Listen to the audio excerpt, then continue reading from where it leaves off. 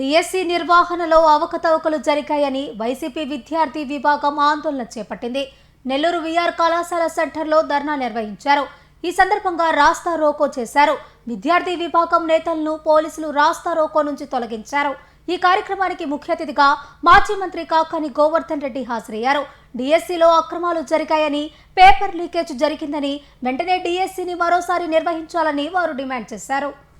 రాష్ట్రంలో డిఎస్సి నిర్వహణలో ఎన్ని రకాలైనటువంటి అవకతవకలకి ప్రభుత్వం పాల్పడిందో ప్రతి ఒక్కరికి తెలిసినటువంటి విషయం. ప్రత్యేకంగా దాని గురించి చెప్పాల్సినటువంటి అవసరం లేదు. అయితే లక్షలాది మంది నిరుద్యోగులు చంద్రబాబు నాయుడు ఊరించి ఎన్నికలకు ముందు నుంచి నేను మెగా డిఎస్సి తీసుకురాబోతున్నాను, దాని ద్వారా మీ జీవితాల్లో వెలుగులు నింపుతాను అని చెప్పి పదే ప్రకటించడం జరిగింది. పాపం చాలా మంది నిరుద్యోగులు చంద్రబాబు నాయుడు మాటల మీద ఆశలు పెట్టుకున్నారు. చాలా మంది ప్రిపేర్ అయ్యారు. తొలి సంతకం అన్నాడు, అధికారంలో రాగానే తొలి సంతకం పెట్టి ఎప్పటికప్పుడు వాయిదాలు వేస్తా 2024లో అసలు దాన్ని ప్రకటించకుండానే 2025లో డిఎస్సిని తీసుకురావడం జరిగింది. 2025 డిఎస్సిలో చాలా అనుమానాలు ఈరోజు పాపం నిరుద్యోగులు లేవనెత్తడం జరిగింది. అసలు డిఎస్సి అంటేనే దాని అర్థం డిస్ట్రిక్ట్ సెలక్షన్ కమిటీ. ఎక్కడన్నా జిల్లా కలెక్టర్ కానీ జిల్లా స్థాయి అధికారులు కానీ దానిలో ఎక్కడన్నా జోక్యం చేసుకున్నారా? కేవలం మొత్తం రిమోట్ కంట్రోల్ లాగా ఈరోజు జిల్లాకు అసలు కలెక్టర్లు ఉండారా లేరా? అంటే మీరు ఏం చెప్పదలుచుకున్నారు అంటే ఇప్పటికే వ్యవస్థ మారిపోయింది. వ్యవస్థలో చాలా తేడాలు వచ్చాయి. ఈరోజు విఆర్ఓ దగ్గర నుంచి, ఎంఆర్ఓ దగ్గర నుంచి, జిల్లా కలెక్టర్ దగ్గర నుంచి చీఫ్ సెక్రటరీ దాకా లోకేష్ బాబే పెత్తనం చేస్తున్నాడు. దానితో పాటు హోంగార్డ్ దగ్గర నుంచి, కానిస్టేబుల్ దగ్గర నుంచి, ఎస్ఐ, సిఐలు, డిఎస్పీలు, ఎస్పీల దగ్గర నుంచి డీజీపీ దాకా కూడా లోకేష్ బాబే పెత్తనం చేస్తున్నాడు. కాబట్టి అధికారులు ఎవరు ఉన్నట్టుగా కనిపించడం లేదు. కాబట్టి అసలు మీరు కలెక్టర్లను తీసేశారా? డిస్ట్రిక్ట్ సెలక్షన్ కమిటీ ఎత్తేసారా? డిఎస్సి అబ్రివేషన్ మార్చేశారా? దాని గురించి చెప్పండి అంటే డిఎస్సిని గురించి మాట్లాడేటువంటి పరిస్థితి లేదు.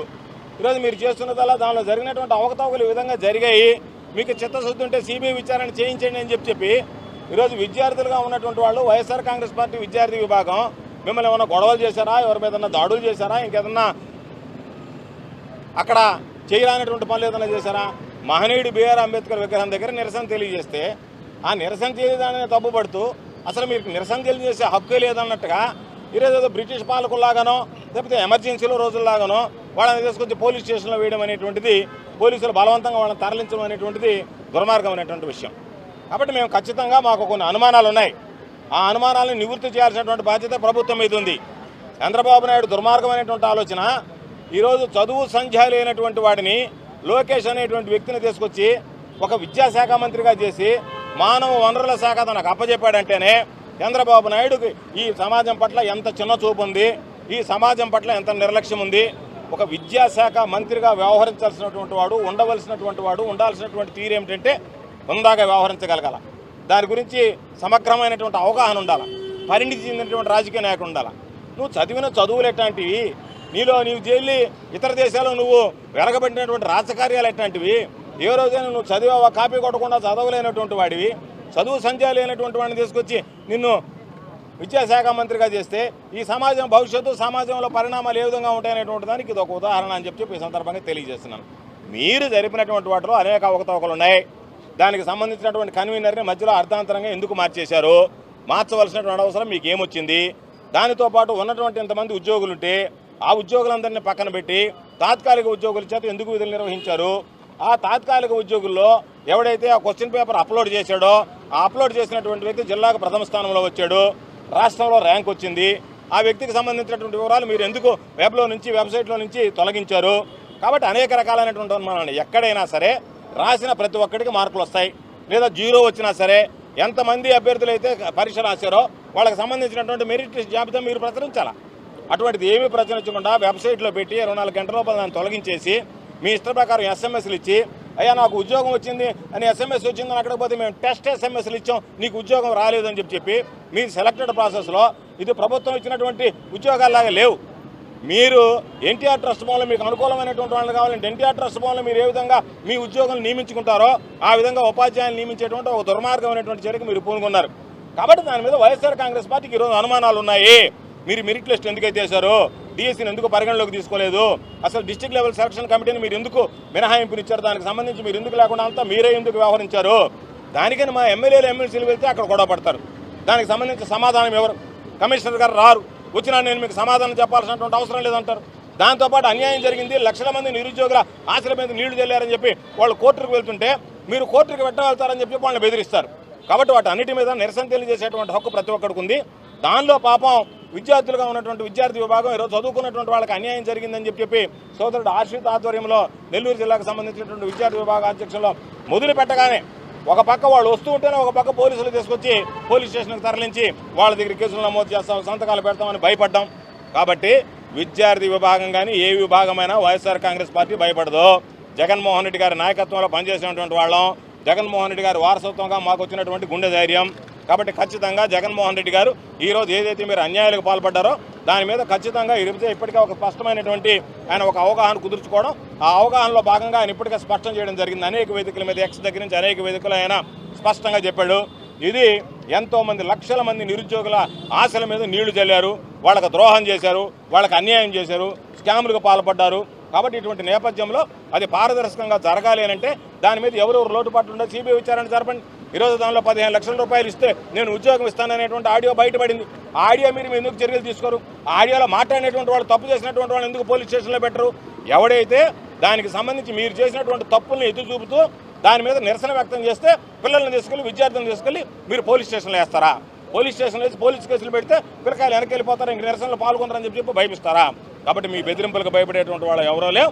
మా అధ్యక్షుడు జగన్మోహన్ రెడ్డి గారి నాయకత్వంలో ఖచ్చితంగా ఏదైతే నిరుద్యోగులకి అన్యాయం జరిగిందో వాళ్ళకి న్యాయం జరిగేంత వరకు వైఎస్ఆర్ కాంగ్రెస్ పార్టీ పోరాటం చేస్తాం. ఈరోజు విద్యార్థి విభాగం చేసింది, రేపు సోమవారం నాడు కలెక్టరేట్ ముట్టనుంది, మేమందరం కూడా ఆ కార్యక్రమాలు పాల్గొంటాం.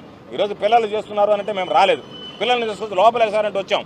వాళ్ళే ఈరోజు ఈ కార్యక్రమాన్ని నిర్వహిస్తారని అనుకుంటే వాళ్ళని బెదిరించి వాళ్ళని అనగదొక్కాలనేటువంటి దుర్మార్గమైనటువంటి ఆలోచన చేస్తే జిల్లాలో ఉండేటువంటి వైఎస్ఆర్ కాంగ్రెస్ పార్టీ అంతా కూడా ఒక్క త్రాటి మీద నిలిచి ఈరోజు వాళ్ళకి అండగా ఉంటాం. అందుకే పాప వాళ్ళని పోలీస్ స్టేషన్కి తీసుకువెళ్లాలని తెలిసిన వెంటనే సంఘీభావం ప్రకటించాలి, నిలబడాలి, వాళ్ళని బయటకు తీసుకురావడం వచ్చాం. మేము వచ్చే లోపల పోలీసులు లోపలికి తీసుకురావడం, వాళ్ళని వెంటనే మేము వస్తున్నాం అనేటువంటి వార్త తెలిసిన వెంటనే మీరు వెళ్ళిపోండి, ఇంక మీరు ఉండడానికి లేదన్నారంట.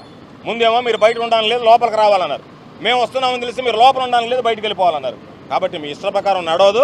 ఇదేమి నారావారి రాజ్యాంగం కాదు, అంబేద్కర్ గారి రాజ్యాంగం. కాబట్టి నిరసన తెలిపే హక్కు ప్రతి ఒక్కరికి ఉంది. నిరసనలు శాంతియుతంగా కాకుండా అది ఏదైనా తప్పుదారి పడితేనో లేదా శాంతి భద్రతలకు విఘాతం కలిగితేనో అటువంటిప్పుడు మీరు జోక్యం చేసుకోవాల్సినటువంటి అవసరం తప్ప అసలు మీరు నిరసనలు చేయకూడదు, ఈ ప్రభుత్వాన్ని ప్రశ్నించకూడదని చెప్పినటువంటి ఒక నియంతృత్వ పోగొడలతో పోవడం సరైనటువంటి పద్ధతి విధానం కాదు. కాబట్టి మేము ఈరోజు పోలీసు చర్యలను ఖండిస్తున్నాం. ఖచ్చితంగా రాబోయేటువంటి రోజుల్లో పోలీసులు కేసులు పెట్టినా ఎన్ని రకాల మమ్మల్ని కట్టడేయాలనేటువంటి ఆలోచన చేసినా నియంత్రించాలన్నా కూడా భయపడేది ఉండదు. ఖచ్చితంగా వైఎస్ఆర్ కాంగ్రెస్ పార్టీ ఏదైతే డిఎస్సీలో 2025లో పాపం నిరుద్యోగులకు అన్యాయం జరిగిందో వాళ్ళ పక్షాన్ని నిలబడి పోరాడతామని చెప్పి సందర్భంగా తెలియజేస్తూ రాబోయేటువంటి రోజుల్లో మా పోరాటాలు మా నాయకుడు జగన్మోహన్ రెడ్డి గారి ఆధ్వర్యంలో, జగన్మోహన్ రెడ్డి గారి నాయకత్వంలో మరింత ఉధృతం చేస్తామని చెప్పి ఈ సందర్భంగా తెలియజేస్తాం. పాత్రికేయ మిత్రులందరికీ నమస్కారం. ఈరోజు నారా లోకేష్ గారు షాడో ముఖ్యమంత్రిగా, ముఖ్యమంత్రి నారా చంద్రబాబు నాయుడు గారి తనయుడుగా విద్యాశాఖని ఎలగబెట్టడం జరుగుతూ ఉంది. మరి రాజశేఖర రెడ్డి గారి దగ్గర నుంచి సంక్షేమం, అభివృద్ధి ఏ విధంగా అయితే జగన్మోహన్ రెడ్డి గారు వారసత్వంగా తీసుకున్నారో, నారా చంద్రబాబు నాయుడు దగ్గర నుంచి మోసం చేయడం, మోసపూరిత వాగ్దానాలు ఇవ్వడం, అందరినీ నట్టేట ముంచడం వారసత్వంగా ఈరోజు నారా లోకేష్ గారు తీసుకున్నట్టు ప్రజలందరికీ కూడా అర్థమవుతున్న పరిస్థితి. ఎందుకయ్యా అంటే ఈరోజు గతంలో వైఎస్ జగన్మోహన్ రెడ్డి గారు ముఖ్యమంత్రిగా ఉన్నప్పుడు 6100 పోస్టులతో డిఎస్సి రిలీజ్ చేయడం జరిగింది.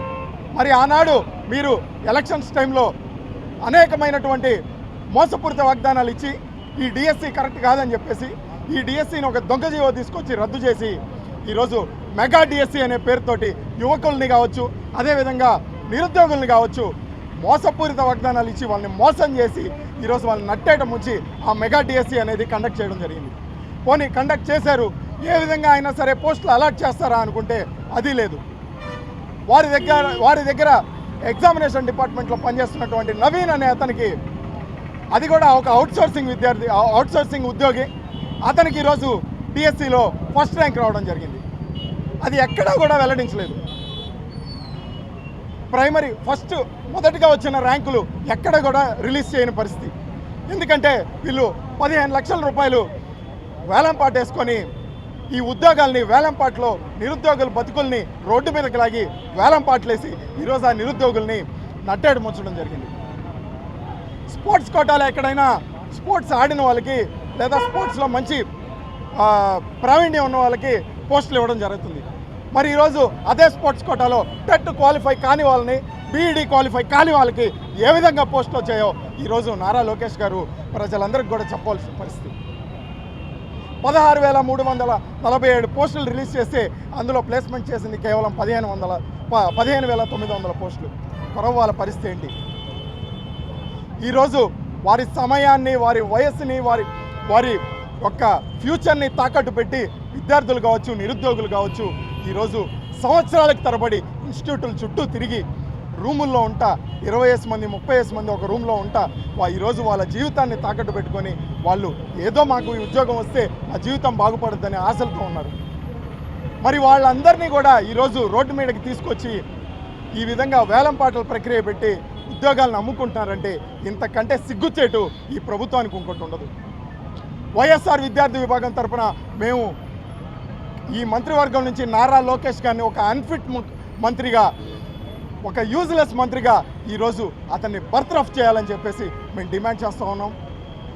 ఈరోజు నెల్లూరు నగరంలో జిల్లా కేంద్రంలో ఈరోజు వైఎస్ఆర్ విద్యార్థి విభాగం తరఫున మా రాష్ట్ర అధ్యక్షులు పానిగంటి చైతన్య గారి ఆదేశాల మేరకు, అదేవిధంగా మా పార్టీ అధ్యక్షులు మాజీ ముఖ్యమంత్రి వర్యులు మా నాయకులు వైఎస్ జగన్మోహన్ రెడ్డి గారు ఇచ్చిన పిలుపు మేరకు మా జిల్లా అధ్యక్షులు కాకాని గోవర్ధన్ రెడ్డి గారు, అదేవిధంగా మా నాయకులు పర్వతిరెడ్డి చంద్రశేఖర్ రెడ్డి గారు, అదేవిధంగా ఇతర నియోజకవర్గ సమన్వయకర్తల అందరి సూచనల మేరకు ఈరోజు నిరసన కార్యక్రమం చేపట్టడం జరిగింది. వైఎస్ఆర్ విద్యార్థి విభాగం దీన్ని ఇంతటితో వదలదు. ఖచ్చితంగా మేము దీని మీద సిబిఐ ఎంక్వైరీ జరగాలి. ఖచ్చితంగా దీని మీద ఒక సిట్టింగ్ జడ్జితో కావచ్చు, లేదా ఒక 2 మెన్ కమిటీ 3 మెన్ కమిటీతో కావచ్చు, ఖచ్చితంగా దీని మీద విచారణ జరిపించాలి. ఈ నేరస్తులను ఖచ్చితంగా కఠినంగా శిక్షించాలి. విధంగా నారా లోకేష్ గారిని ఒక అన్ఫిట్ మంత్రిగా బర్తరఫ్ చేయాలని చెప్పేసి వైఎస్ఆర్ విద్యార్థి విభాగం తరఫున డిమాండ్ చేస్తూ ఉన్నాం.